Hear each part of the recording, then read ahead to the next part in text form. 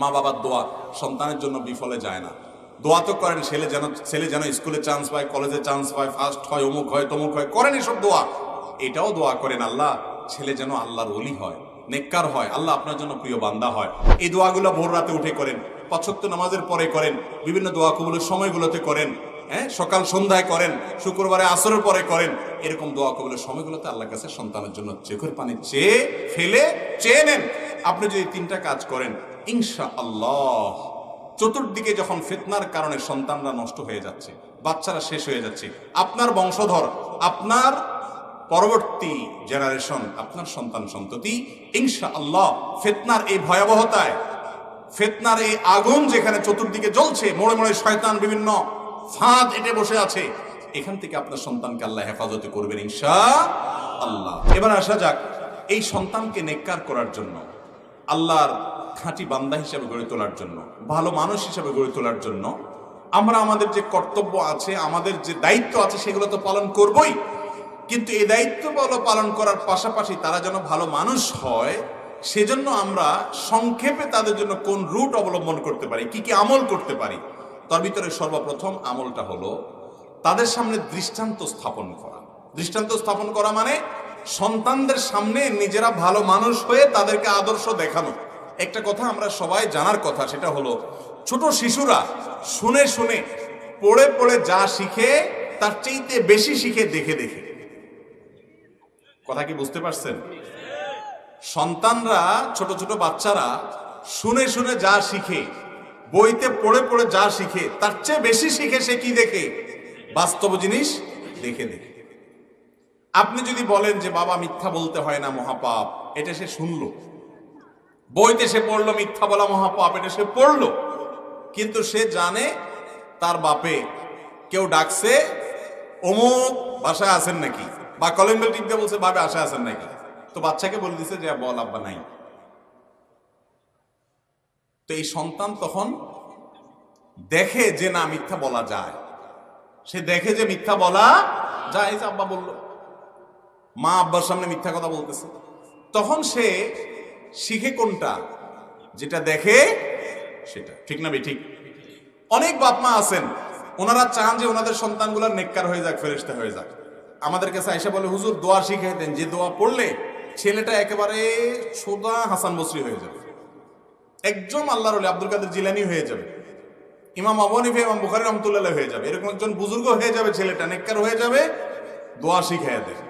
আর উনি নিজে যত রকমের 2 নাম্বারই আছে, যত রকমের হারাম কাজ আছে, যত রকমের গুনাহের কাজ আছে, এগুলো সব করবে। হুজুর শুধু দোয়া শিখিয়ে দিবে, দোয়া পড়লে অটোমেটিক ছেলে নেককার হয়ে যাবে। এরকম কোন দোয়া আছে দুনিয়াতে? এরকম তো সিস্টেম শিখেছে আমাদেরকে। সন্তানকে ভালো মানুষ করার জন্য সবচেয়ে গুরুত্বপূর্ণ কাজ এবং প্রধান কাজ হলো তার প্রতি দায়িত্বগুলো তো আপনি পালন করবেনই। আপনি আপনার স্ত্রী এবং বাসার ভেতরে এমন একটা কালচার আপনাকে গড়ে তুলতে হবে, যে কালচার দেখে দেখে সে শিখবে, যে কালচার দেখে দেখে সে শিখবে। এই জিনিসটা অনেক গুরুত্বপূর্ণ, অনেক গুরুত্বপূর্ণ। অনেক বাপ মা আছে ছোটবেলায় বাচ্চার হাতে মোবাইল তুলে দেন। আজকাল অনেক না, বলতে গেলে এখন সব বাপ মাই ইল্লামা রহিমা রব্বি, হাতে গোনা 2-1 বাদে সব বাপ মাই বাচ্চাদের হাতে একটা করে ছুরি, একটা করে পিস্তল তুলে দেন, তার নিজেকে আত্মহত্যা করার জন্য, তার নিজেকে শেষ করে দেওয়ার জন্য। আবার অনেক বাপ মা আছে চেষ্টা করে যে না, সন্তান যাতে নষ্ট না হয়, এই জন্য তার হাতে এগুলো দেওয়া যাবে না, মোবাইল দেওয়া যাবে না, চেষ্টা করে, কিন্তু সন্তানের সাথে পারে না, কেড়ে নেয়, পোলাপান কান্নাকাটি করে, জেদাজেদি করে, চুরি করে নিয়ে নেয়, কোনোভাবে নিয়ন্ত্রণ করতে পারে না। এটার মূল কারণ হলো ওই বাবা মা নিজেই তো মোবাইল টিভিতে আসক্ত। ঠিক না ঠিক? যে বাপ মা নিজে মোবাইল টিভিতে আসক্ত, তার সন্তানকে সে শুধু নসিহত করে, কড়াকড়ি করে, শাসন করে কোনো দিন মোবাইল থেকে সরাতে পারবে? স্মার্টফোনের আসক্তি বাচ্চাদের জন্য লাভজনক না ক্ষতিকারক? কোনো সন্দেহ আছে? করে ব্রেইনের ক্ষতি করে, চিন্তার ক্ষতি করে, শারীরিক স্থূলতা তৈরি করে। আগে বাচ্চারা দৌড়াদৌড়ি করত, বাহিরে খেলাধুলা করত, শারীরিকভাবে তারা শক্ত হয়ে বড় হতো। আর এখন ছোটবেলা থেকে 3 বছর 4 বছর থেকে নিয়ে আপনার কি করে? মোবাইল একটা, ট্যাব একটা নিয়ে ফুটবলের মতো গোল হইয়া বসে, তো এরকম ফুটবলের মতো মোটা হইতে থাকে আস্তে আস্তে। ঠিক না ঠিক? রোগী হয়ে বড় হয়, স্বাস্থ্য ধ্বংস হয়, আমল ধ্বংস হয়, চিন্তা ধ্বংস হয়, সবকিছু শেষ হয়ে যায়। আর নেটের জগতে ঢোকার পর হারাম জিনিসপত্র ছোটবেলা থেকে দেখতে দেখতে তার ভিতরে ঈমান এবং তাকওয়ার ছিটা ফোঁটা পর্যন্ত থাকে না, ধুয়ে মুছে সব সাফ হয়ে যায়। ঠিক না ঠিক? এই বিষ আমাদের শত্রুদের জন্য, এই ক্ষতিকর জিনিস থেকে যদি আমরা আমাদের পরিবারকে, সন্তানদেরকে বাঁচাইতে চাই, তাহলে প্রথম করণীয় হলো আপনি নিজে মোবাইল ব্যবহারের ক্ষেত্রে আপনাকে নিয়ন্ত্রণ করা শিখতে হবে। প্রয়োজনে কল ধরবেন, কল করবেন, একান্ত জরুরি কাজ থাকলে করবেন। অযথা ইউটিউব, ফেসবুকের ভিতরে বুঁদ হয়ে পড়ে থেকে এটার এডিকশনে, আসক্তিতে আপনি স্ক্রল করতে থাকবেন, আর বাচ্চারা বলবেন আব্বু মোবাইল দেখতে হয় না, এটা কোনোদিনই হবে। তাহলে প্রথম কাজ হলো বাচ্চার সামনে দৃষ্টান্ত স্থাপন করতে হবে, নিজে ভালো মানুষ হয়ে দেখাইতে হবে। যেসব বাপ মা 5 ওয়াক্ত নামাজ পড়ে, তাদের বাসার 2 বছর, 2.5 বছরের, 1.5 বছরের বাচ্চাকে দেখবেন যে সেও নামাজ পড়ার চেষ্টা করে। ঠিক না ঠিক? কারণ সে দেখছে, ওই যে বাচ্চারা দেখে দেখে শিখে। এজন্য আপনি যদি চান আপনার ছেলে মেয়ে নেককার হোক, অন্তত ছেলে মেয়েদের দিকে তাকায় নিজে ভালো হয়ে যান, নেককার হয়ে যান, বাসায় ভালো কাজের চর্চা করেন। স্বামী স্ত্রী যদি ঝগড়া করেন, সন্তান কিন্তু ঝগড়া শিখবে। স্বামী স্ত্রী যদি ভাঙচুর করেন, সে কিন্তু ভাঙচুর শিখবে। আপনারা যদি মারামারি করেন, সে কিন্তু মারামারি শিখবে। আপনারা যদি গালিগালাজ করেন, ব্যবহার খারাপ করেন, সে কিন্তু সেটা শিখবে। আপনারা যদি খারাপ কিছু করেন, সে ভালো কিছু শিখতে পারে। সন্তানের দিকে তাকায়া আমাদেরকে ফেরেশতা হয়ে চলতে হবে। যদি চান আপনার সন্তানটা গোটা দেশের মধ্যে, এলাকার মধ্যে ফেরেশতা হোক, তাহলে আমাদেরকে সেটা করতে হবে, দৃষ্টান্ত দিতে হবে।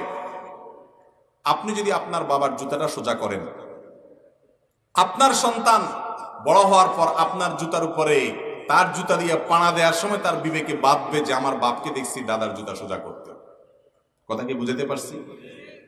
আপনি যদি আপনার মার সামনে জোরে কথা বলার পরে আবার পাও ধরে মাপ চাওয়ার মতো মন থাকে, আপনার হিম্মত থাকে, তো আপনার সন্তান দেখবে যে না, বাবা মার সাথে জোরে আওয়াজ করা বেয়াদবি সে শিখবে। ঠিক না ঠিক? আপনি যদি তাহাজ্জুদের নামাজ পড়তে উঠেন, তাহলে আপনার সন্তান অন্তত ফজরের নামাজ পড়া শিখবে। ঠিক না ঠিক? আপনি যদি ভোর রাতে উঠে আল্লাহর কাছে কাঁদেন, একটু চোখের পানি ফেলান, একটু জায়নামাজে দাঁড়িয়ে যান, সন্তান একদিন হয়তো হঠাৎ ঘুম ভেঙে যাবে, দেখবে যে আমার বাপ কাঁদছে, আমার মা কাঁদছে। কেন কাঁদছে?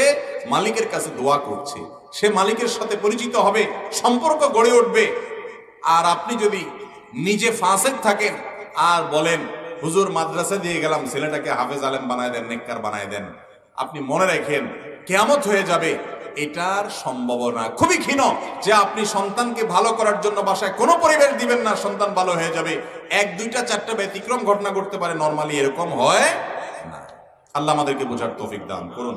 তাহলে 1 নম্বর হলো সন্তানকে দৃষ্টান্ত দিতে হবে, নিজেরা ভালো কাজ করে দেখাইতে হবে। নাম্বার 2, সন্তানকে ভালো পরিবেশ দিতে হবে। পরিবেশ কি? এমন শিক্ষা প্রতিষ্ঠানকে সন্তানকে দিবেন, এমন শিক্ষা প্রতিষ্ঠানের সন্তানকে দিবেন যে শিক্ষা প্রতিষ্ঠানের টিচার, শিক্ষক, তিনি আল্লাহর সাথে পরিচিত, আল্লাহকে চেনেন, আল্লাহ সম্পর্কে জানেন, এবং সেখানে আমল আছে, আখলাক আছে, দিনদারি আছে। শুধু মাদ্রাসা হলেই হবে না, মাদ্রাসার মধ্যে আবার তুলনামূলক ভালো আমল আখলাক আছে, ভালো দিনদারি আছে, ভালো তাকওয়া তহরত আছে, ভালো কথা শেখানো হয়, দেখানো হয়, প্র্যাকটিস আছে, বাচ্চাদের মধ্যে ভালো কিছু আছে। সেরকম জায়গায় দিবেন তাকে, এবং এমন পরিবেশের সাথে দোস্তি করবেন, এমন পরিবারের সাথে বন্ধুত্ব করবেন যে পরিবারের বাচ্চাদের সাথে মিশলে বাচ্চা ভালো কিছু শিখবে, খারাপ কিছু শিখবে না। তাহলে পরিবেশটা বাচ্চার জন্য অনেক বেশি গুরুত্বপূর্ণ। যত ভালো পরিবেশে তাকে একটু বড় করে তুলতে পারবেন, একটা বয়স পর্যন্ত নিয়ে যান, 14-15 পার করে দেন ভালো পরিবেশ দিয়া, তার বেসটা যদি গড়ে দিতে পারেন, ফাউন্ডেশনটা ভালো করে গড়ে দিতে পারেন, ইনশাআল্লাহ সারা পৃথিবী সে দাবড়াবে, তার দিনদারি আর কেউ ছিনিয়ে নিতে পারবে না। এবং সর্বশেষ আমল হলো দোয়া। সর্বশেষ আমল কি করা ভাই? দোয়া। শুধু দোয়ার কথা বললে হবে না, আগে নিজে ভালো হতে হবে, দৃষ্টান্ত স্থাপন করতে হবে, বাসায় তাকে ভালো পরিবেশ দিয়ে দেখাইতে হবে, বাসার বাইরে ভালো পরিবেশ দিতে হবে, এরপরে দোয়া করতে হবে। দোয়া কি করবেন? মা বাবার দোয়া সন্তানের জন্য বিফলে যায় না। দোয়া তো করেন ছেলে যেন স্কুলে চান্স পায়, কলেজে চান্স পায়, ফার্স্ট হয়, অমুক হয়, তমুক হয়, করেন এসব দোয়া। এটাও দোয়া করেন আল্লাহ ছেলে যেন আল্লাহর ওলি হয়, নেককার হয়, আল্লাহ আপনার জন্য প্রিয় বান্দা হয়। আর এই জন্য আল্লাহ নবী জাকারিয়া আলাইহিস সালামের দোয়া, আল্লাহ নবী ইব্রাহিম আলাইহিস সালামের দোয়া কোরআনে আল্লাহ তাআলা উল্লেখ করেছেন কিভাবে সন্তানকে নেককার হওয়ার দোয়া করে আল্লাহর কাছে চেয়ে নিতে হয়। জাকারিয়া আলাইহিস সালামের দোয়া, রব্বি হাবলি মিন লাদুনকা যুররিয়াতান তাইয়্যিবা ইন্নাকা সামিউদ দুআ। হে আমার রব, আপনি আমাকে নেক সন্তান দান করেন, কারণ আপনি দোয়া শ্রবণ করেন। রব্বি হাবলি মিন লাদুনকা যুররিয়াতান তাইয়্যিবা, আল্লাহ নেককার সন্তান চাই আপনার কাছে, আপনি দোয়া শ্রবণ করেন। আল্লাহর কাছে আরো দোয়া করেন, রব্বি হাবলি মিনাস সলিহিন, আল্লাহ নেককার সন্তান আমাকে দান করেন, রব্বি হাবলি মিনাস সলিহিন। এরপরে যেটা বললাম, রব্বানা হাবলানা মিন আজওয়াজিনা ওয়া যুররিয়াতিনা কুররাতা আয়ুন ওয়াজআলনা লিল মুত্তাকিনা ইমামা। সূরা ফুরকান 74 নম্বর এটা দোয়া করেন। এরকম বিভিন্ন দোয়া করেন।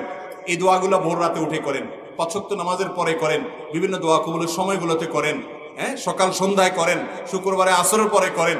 এরকম দোয়া কবুলের সময়গুলোতে আল্লাহর কাছে সন্তানের জন্য চোখের পানি চেয়ে ফেলে চেয়ে নেন।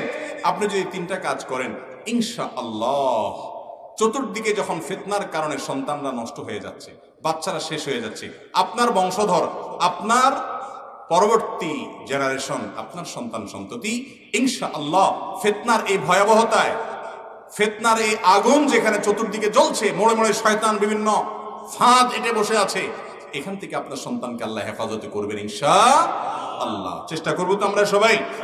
আমাদের সন্তানরা যদি নেককার হয় তাহলে গোটা দেশ নেককার হয়ে যাবে, আমরা ভালো থাকবো, গোটা দেশ ভালো হবে, ভালো নাগরিক পাবে। চেষ্টা করবো তো আমরা ইনশাআল্লাহ। সন্তানকে আমরা খারাপ সন্তানদের সাথে যেন না মিশে, খারাপ বাচ্চাদের সাথে যেন না মিশে ভালো পরিবেশ দিব এবং মনিটর করব। আজকাল আধুনিকতার নাম দিয়া, স্বাধীনতার নাম দিয়া সন্তানদেরকে অনেক সময় দেখা যায় যে না, এই বয়সে তারা একটু আধটু করে। এই যে একটা ছাড় আপনি দিলেন, এই ছাড়ের পরে একসময় চোখের পানি পড়বে, চোখে হাত দিয়ে কাঁদবেন, কিন্তু আপনার কোনো কাজে আসবে না। তখন অনেক বাপ মা আছে যে ছেলে মেয়ে যখন নষ্ট হয়ে যাচ্ছে, তাদের যখন বিপদগামিতার ভয়ের সময়, ওই সময়টাতে তথাকথিত স্বাধীনতার নামে ছাড় দেয়। আবার অনেকে কড়াকড়ি করতে গিয়া ভেঙে ফেলে, অতিরিক্ত করতে গিয়ে সীমা লঙ্ঘন করে। এই দুইটাই ভুল। শরীয়তের সীমানার মধ্যে থেকে আমাদের সন্তানকে আমরা নেককার করে তোলার চেষ্টা করব। শেষ কথা হলো, নিজে বাবা মা হিসাবে আপনার অধিকার কি আছে সেটা চিন্তা আপনি করার দরকার। এটা সন্তানের কর্তব্য, সে করবে। তার বাপ মার প্রতি কি কর্তব্য, আপনি বাপ মা হিসাবে দায়িত্ব হলো আপনার কর্তব্য চিন্তা করা, যে সন্তানের প্রতি আমার কর্তব্য কি আছে সেটা আমি ঠিক মতো আদায় করলাম কি করলাম না। খেয়াল করবো তো সবাই ইনশাআল্লাহ। আমরা সবাই যখন যার যার দায়িত্ব, যার যার কর্তব্যটা শতভাগ ঠিক মতো আদায় করব, জান্নাতুল ফেরদাউস আল্লাহ রাব্বুল আলামিন সে মানুষগুলোর জন্যই রেখেছেন।